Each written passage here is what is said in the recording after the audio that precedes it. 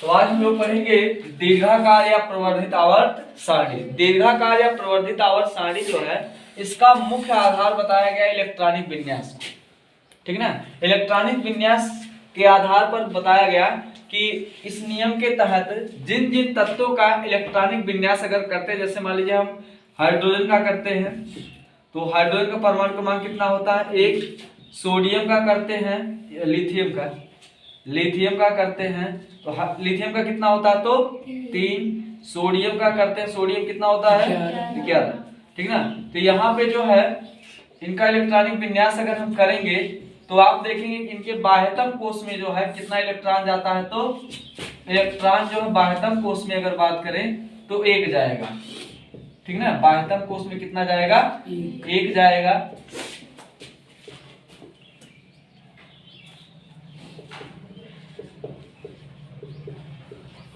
एक इलेक्ट्रॉन, इसमें भी इलेक्ट्रॉन जो है बाह्यतम कोष में कितना जाएगा तो 1 ही जाएगा, और इसमें भी जो है बाह्यतम कोष में इलेक्ट्रॉन जो है कितने जाएंगे तो 1 ही जाएंगे। इस आधार पर यह बताया गया कि जिन तत्वों के बाह्यतम कोष में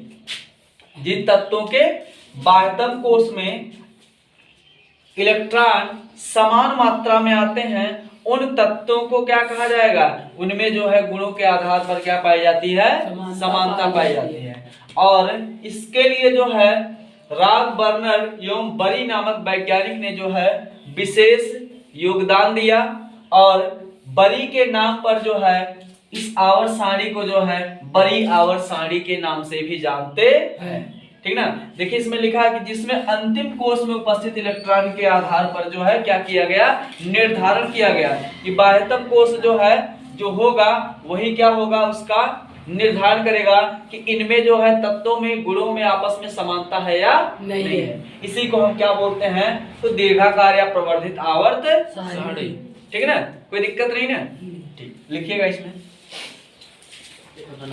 इसको बनाएंगे सब पता हो गया है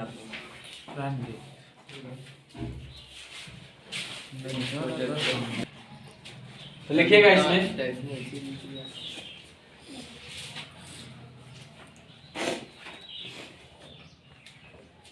वैज्ञानिकों ने दीर्घाकार या प्रवर्धित आवर्त सारणी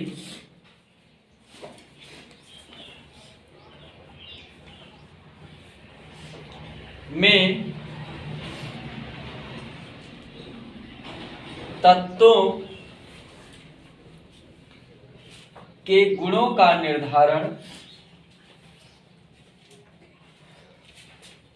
के गुणों का निर्धारण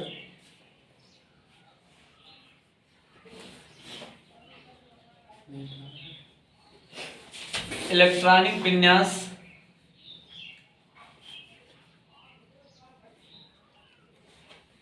के आधार पर किया,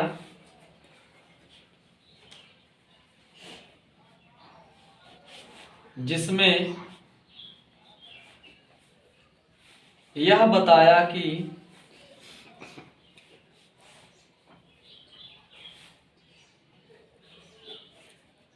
इलेक्ट्रॉनिक विन्यास करने पर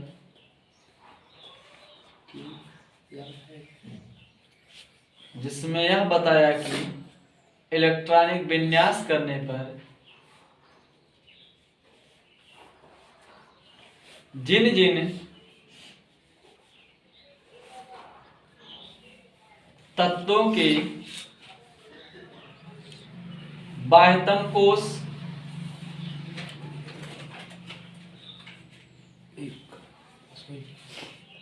में इलेक्ट्रॉन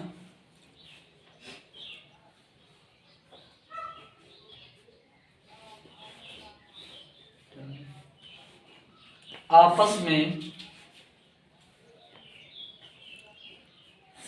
क्या लिखें, जिन जिन तत्वों के बाह्यतम कोष में इलेक्ट्रॉन आपस में समान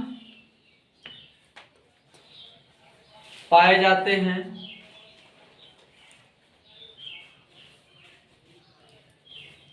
उनके गुणों में समानता पाई जाती है।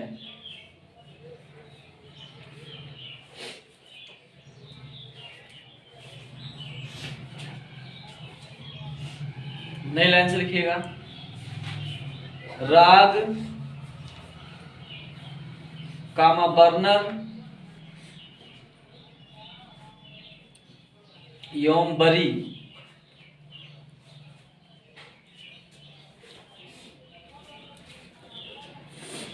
ने ही मुख्य रूप से इलेक्ट्रॉनिक विन्यास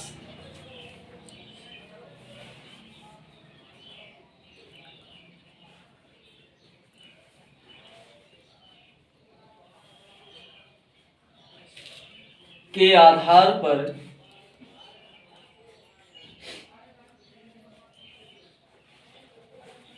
तत्वों के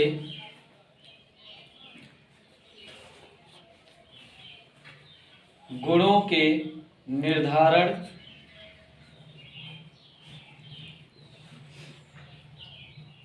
पर विशेष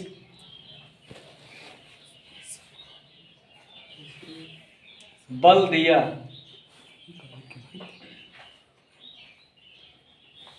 अतः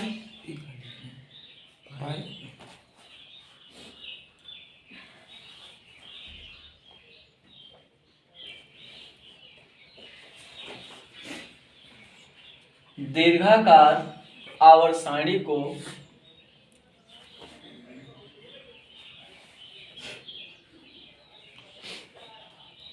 बोर की आवर्त सारणी भी कहते हैं। सारणी को बोर की आवर्त सारणी कहते हैं। अगर बात की जाए कि बोर की आवर्त सारणी क्यों कहते हैं, तो इलेक्ट्रॉनिक विन्यास का नियम किसने प्रतिपादित किया था? बोर ने ही प्रतिपादित किया था ना, क्योंकि बोर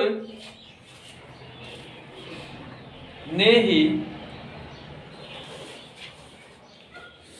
अष्टक के नियम के आधार पर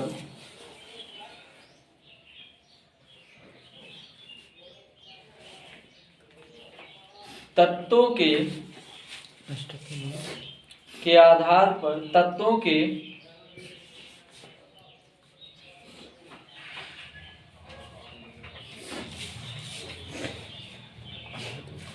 इलेक्ट्रॉनिक विन्यास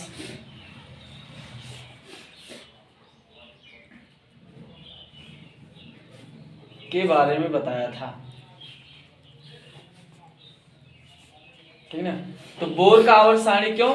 क्योंकि पूरा का पूरा जो है किस पे टिक गया आके, अब इलेक्ट्रॉनिक विन्यास। ठीक है ना। तो देखिए इसमें हम लोगों ने क्या लिखा, दीर्घाकार या प्रवर्धित आवर्त सारणी किसे कहते हैं? तो इलेक्ट्रॉनिक विन्यास एवं तत्वों के गुणों में संबंध ध्यान में रखा गया इसको, कि मतलब जो इलेक्ट्रॉनिक विन्यास और तत्वों के गुणों में क्या संबंध पाया जाता है। ठीक है ना। तो देखा गया कि तत्वों का जो गुण होता है इलेक्ट्रॉनिक विन्यास फिक्स करता है, जिन तत्वों के बाह्यतम कोश में इलेक्ट्रॉनों की संख्या आपस में क्या होगी, बराबर होगी। सबसे लास्ट वाले, बाह्यतम का मतलब क्या, सबसे लास्ट। जैसे मान लीजिए सोडियम का 11 है, सोडियम का 11 है, इसका करेंगे तो 2 8 10 1 11, बाहर में कितना आया, 1 आया। लिथियम का करेंगे, लिथियम कितना होता है, 3 होता है, 2 कामा 1 आया, बाहर में 1 आया ना। तो बोला कि जिनका बाह्यतम कोश में सेम आएगा उनका क्या होगा, क्वालिटी आपस में बराबर होगा। तो यहाँ पर देखा गया कि हाइड्रोजन का तो 1 है, लिथियम का भी 1 है और सोडियम का भी क्या है, 1 है ना। तो इस आधार पे बोला गया कि जिनके जिनके बाह्यतम कोश में इलेक्ट्रॉन बराबर, उनकी क्वालिटी आपस में बराबर। ठीक है ना। यही क्या था, दीर्घाकार या प्रवर्धित आवर्त सारणी। और इसको जो है बोर की आवर्त सारणी बोलते हैं। क्यों? क्योंकि बोर ने जो है अष्टक नियम का जो इलेक्ट्रॉनिक विन्यास सिद्धांत था उसी को प्रतिपादित किया था। तो जब उन्हीं के नियम के आधार पर इसको लागू किया जा रहा है, तो एक बार बोलने से कौन सा बेइज्जती हो जाएगा केमिस्ट्री का, है ना। बस समझ आई, कोई दिक्कत नहीं ना। ठीक, अगला हेडिंग डालिएगा, दीर्घाकार आवर्त सारणी की संरचना। दीर्घाकार आवर्त सारणी की संरचना।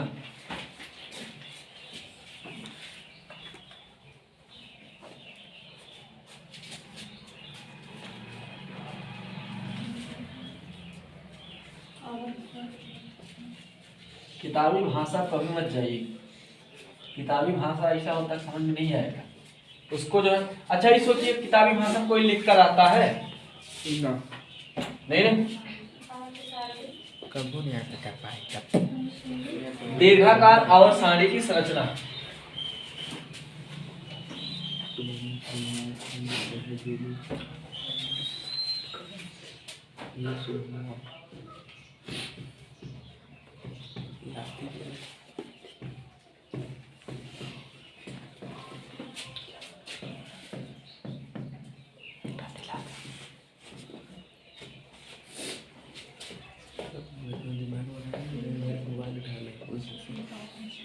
ठीक है ना, दीर्घाकार आवर्त सारणी की संरचना।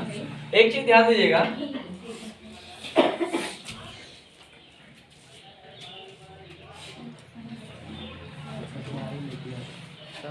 दीर्घाकार आवर्त सारणी में एक चीज देखा गया कि इसमें जो है आवर्त कितने हैं, तो 7 आवर्त कितने हैं, 7, समूह कितने हैं, 18 है ना। और फिर बात की जाए कि तत्व जो है कैसे पाए गए, तो तत्वों के जो पाए जाने का सिस्टम है पीरियोडिक टेबल में उठा के देखेंगे तो पहले वाले में जो है 2 तत्व, पहले वाले में 2, दूसरे में 8, तीसरे में 8, चौथे में 18 है ना। इसके बाद फिर क्या 32, बस नहीं। तो इस प्रकार जो है ये आवर्त को प्रदर्शित करते हैं। लेकिन एक चीज ध्यान देना हमको, 7वां आवर्त हमारा क्या है, तो कंप्लीट है कि इनकम्प्लीट, इनकम्प्लीट है। इसमें 28 तत्व ही है, हम लोग पढ़े थे ना पीछे, ठीक है ना। आप गिन लीजिएगा, उसमें जो है 7वां आवर्त में जो है 4 तत्व गायब है, ठीक है ना। उनका नामकरण तो कर दिया गया लेकिन अभी तक तो खोजे नहीं गए, ठीक ना। तो यहाँ पे जो है 2, 8, 8, 18 और 32 का सिस्टम चलता है। पहले आवर्त में 2 तत्व, दूसरे में 8, तीसरे में 8, चौथे में 18, फिर उसके बाद जो 32 शुरू हो जाते हैं, ठीक है ना। तो ये हो गया पहला आवर्त, दूसरा, तीसरा, चौथा, पांचवा से कितना आ जाते हैं, तो कितना तत्व आ जाते हैं पांचवें से, 32 तत्व आ जाते हैं।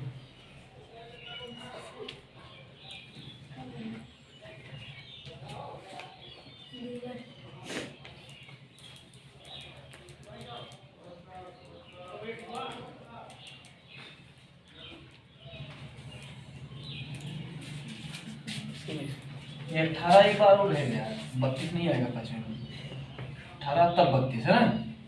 तो पहले में 2, दूसरे में 8, तीसरे में 8, चौथे में 18, पांचवें में 18, छठवें आवर्त से कितना तत्व हो जाएगा, तो 32। लेकिन वही हमारा 7वां वाला आवर्त क्या है, ये इनकम्प्लीट है, उसमें तत्वों की संख्या कितनी है, तो 28 ही, ठीक। और इनको जो है अगर एक तरीके से देखा जाए तो आप जो गिन भी सकते हैं, या इनको आप मैजिक संख्या बोलिए, उसमें कोई दिक्कत नहीं है। चाहे आप आवर्त सारणी में सीधा गिन लीजिए, मेंडलीफ वाला जो है ना, उसमें आप गिन लेंगे तब भी आपको वही मिलेगा। और अगर आप जो मान लीजिए रट्टा मार लेते हैं तब तो है ये है। बात समझ आई? हो गया, मिटाएं इसको।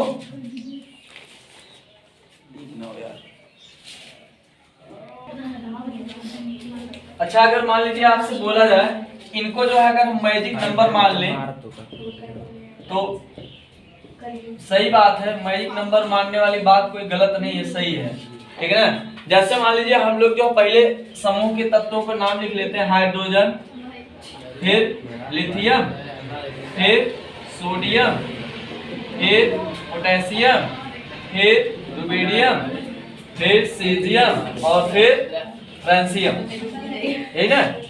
अब देखिए ये नियम जो है बहुत आसानी से लागू हो जाएगा। ये कहता है कि पहले तत्व का परमाणु क्रमांक जितना है, पहले तत्व का कितना है, हाइड्रोजन का 1 है, उसमें हम कितना जोड़ दें, 2, तो अगले तत्व का आ जाएगा 1 + 2 बराबर कितना हो जाएगा, तो लिथियम का कितना हो गया, 3। ठीक ना। फिर ये बोलता है कि जो आया है इसका 3 में 8 जोड़ दीजिए आप। पहला वाला जोड़े ना, 2 जोड़ दिए ना। हाँ ठीक है। तो ये जो है पहले वाले में 2 हो गया, दूसरे वाले में 8, ठीक ना। तो 3 प्लस 8 जोड़ेंगे कितना हो जाएगा 11, ठीक है ना। फिर इसके बाद जो है फिर 8 जोड़ेंगे, 11 प्लस 8 कर देंगे कितना आ जाएगा 19। तो मतलब ऐसे जोड़ते जाएंगे तो हमारा जो अगले तत्व का निकल जाएगा। 19 में हम फिर कितना जोड़ दें तो 18, ठीक ना। तो रुबिडियम कितना हो जाएगा 37, है ना। तो इसमें हमने क्या किया 19 प्लस 18 बराबर 37, ठीक है ना। फिर जो है हमको क्या करना है, फिर जोड़ना है 18। तो 37 में 18 जोड़ेंगे कितना हो जाएगा 37 प्लस 18, हमको लगता है 55 आना चाहिए। 8 7 15, 3 4 1 5, कितना आ जाएगा तो 55, ठीक ना। तो ऐसे हम जोड़ते जाएंगे तो हमारा जो है अगले तत्व का जो है निर्धारण होता चला जाएगा, उसका परमाणु क्रमांक कितना है। इसीलिए इसको क्या बोलते हैं मैजिक नंबर। मतलब पहले वाले का परमाणु क्रमांक आपको मालूम हो, इसके बाद उसमें आप जोड़ते चले जाइए। तो इस आधार पर जो है आपको जो है अगले तत्व का परमाणु क्रमांक स्वतः ज्ञात हो जाता है, ठीक है ना। बात समझ। और इसमें अगर आप उठाकर देखेंगे तो एक चीज और आपको देखने को मिलेगा कि कोई भी आप समूह की बात नहीं कर रहा हूँ, आवर्त की बात कर रहा हूँ, कोई भी आवर्त आप उठा के देख लीजिए तो आवर्त का जो पहला तत्व होता है वो धातु होता है जिसमें धनायन बनाने की प्रवृत्ति होती है, और अंतिम तत्व जो होता है वो क्या होता है शून्य समूह का तत्व होता है। मतलब सबसे बाएं में जैसे मान लीजिए हाइड्रोजन लिथियम वगैरह है, इन सब के ऊपर क्या पाया जाता है प्लस या माइनस, प्लस। और जीरो समूह वाले तत्व जो है उनमें क्या पाया जाता है, जीरो समूह वाले तत्व में कोई आवेश नहीं पाया जाता। अर्थात वे कौन से तत्व होते हैं तो निष्क्रिय तत्व होते हैं। तो प्रत्येक आवर्त का पहला तत्व क्या होता है धातु, पहला तत्व क्या होता है धातु, और अंतिम तत्व जो होता है वो क्या होता है निष्क्रिय गैस होती है। अंतिम तत्व क्या होता है तो निष्क्रिय गैस होती है। तो ये जो है प्रत्येक आवर्त के लिए लागू, इसमें कोई नई बात नहीं है। एक नियम ये हमारा निकल के आया, हम लोगों ने क्या पढ़ा कि दीर्घाकार आवर्त सारणी की संरचना की बात करें तो इसमें आवर्तों की संख्या कितनी है 7, समूह की संख्या 18, ठीक ना। और इनमें जो है इलेक्ट्रॉनों का जो वितरण है वो कैसा है, तो पहले आवर्त में 2, दूसरे में 8, तीसरे में 8, चौथे में 18, पांचवे में 18, इसके बाद 32, ठीक ना। लेकिन सातवां क्या हमारा इनकम्प्लीट है जिसमें कितने 28। फिर बात करते हैं ये जो हमारे तत्वों के नाम तत्वों की संख्याएं हैं, अगर हम मान लीजिए कि पहले समूह के तत्व की बात करते हैं और उसमें जो है क्रमशः जो है पहले तत्व का जो हाइड्रोजन का जो एक होता है उसमें अगर हम जोड़ते चले जाए तो हमारा अगले तत्व का अपने आप निकल के आ जाता है। इसीलिए इनको क्या बोला जाता है मैजिक नंबर बोला जाता है। बस समझ रही। फिर जो है एक चीज ध्यान देना कि किसी आवर्त में बाएं से दाएं जाने पर जो है या किसी भी आवर्त में चलने पर पहला तत्व कौन सा होता है तो धात्विक होता है, और अंतिम तत्व क्या होता है निष्क्रिय गैस होता है, ठीक है ना। बात समझे। ये जो है सभी आवर्तों के लिए लागू होता है, ठीक है ना। कोई दिक्कत क्या कौन सा जो 32 के बगल में 6 लिखिए, ये मतलब छठवें तत्व छठवें आवर्त तक जो है 32 तत्व है और सातवां इनकम्प्लीट इसमें 28 रह जाता है ना। बना लीजिए इसको।